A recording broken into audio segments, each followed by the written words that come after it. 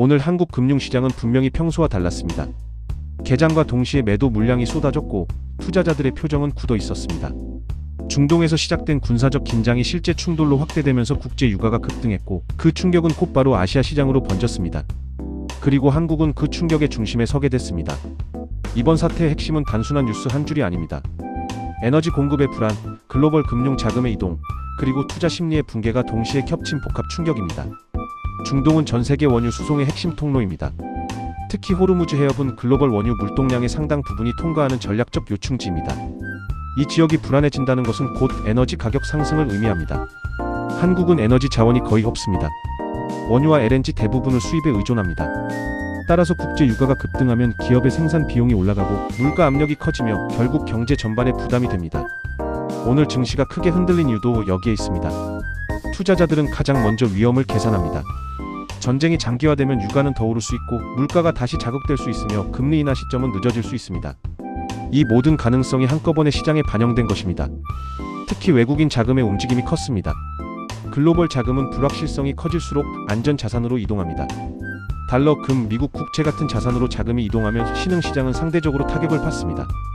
한국 역시 그 영향권에 들어갑니다. 오늘 환율이 상승 압력을 받은 것도 같은 맥락입니다. 원화가 약세를 보이면 수입 물가 부담은 더 커집니다. 이것이 다시 기업 실적 전망을 낮추고 주가 하락으로 이어지는 구조입니다. 또 하나 중요한 부분은 시장 구조입니다. 한국 증시는 반도체 중심 구조입니다. 글로벌 경기와 긴밀히 연결되어 있고 외국인 비중이 높습니다. 불확실성이 커지면 변동폭도 함께 커질 수밖에 없습니다. 지금의 하락이 단기 패닉인지 구조적 하락의 시작인지는 아직 단정하기 어렵습니다. 하지만 분명한 건 지정학적 리스크가 다시 세계 경제의 중심 변수로 떠올랐다는 사실입니다. 그렇다면 앞으로 무엇을 봐야 할까요? 첫째, 군사 충돌이 단기간에 진정되는지 여부입니다. 확전이 멈춘다면 시장은 빠르게 안정을 찾을 가능성이 있습니다. 그러나 해상 봉쇄나 추가 충돌이 이어진다면 유가는 추가 상승 압력을 받을 수 있습니다. 둘째, 미국과 주요국의 외교적 개입입니다. 외교적 해결 신호가 나오면 금융시장은 생각보다 빠르게 반등하기도 합니다.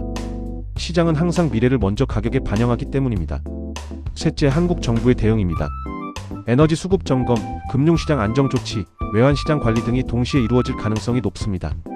위기 상황에서 정부의 메시지는 시장 심리에 큰 영향을 줍니다. 지금은 공포가 시장을 지배하는 구간입니다.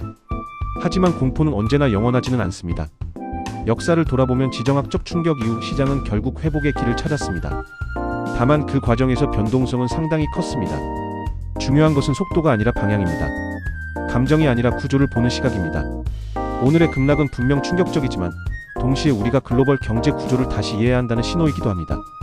에너지 지정학, 금융 자본의 흐름은 이제 더 이상 남의 이야기가 아닙니다. 전쟁은 먼 곳에서 시작됐지만 그 파장은 우리의 일상과 자산까지 영향을 미칩니다. 주유소 가격, 환율, 기업 실적, 연금 수익률까지 연결됩니다.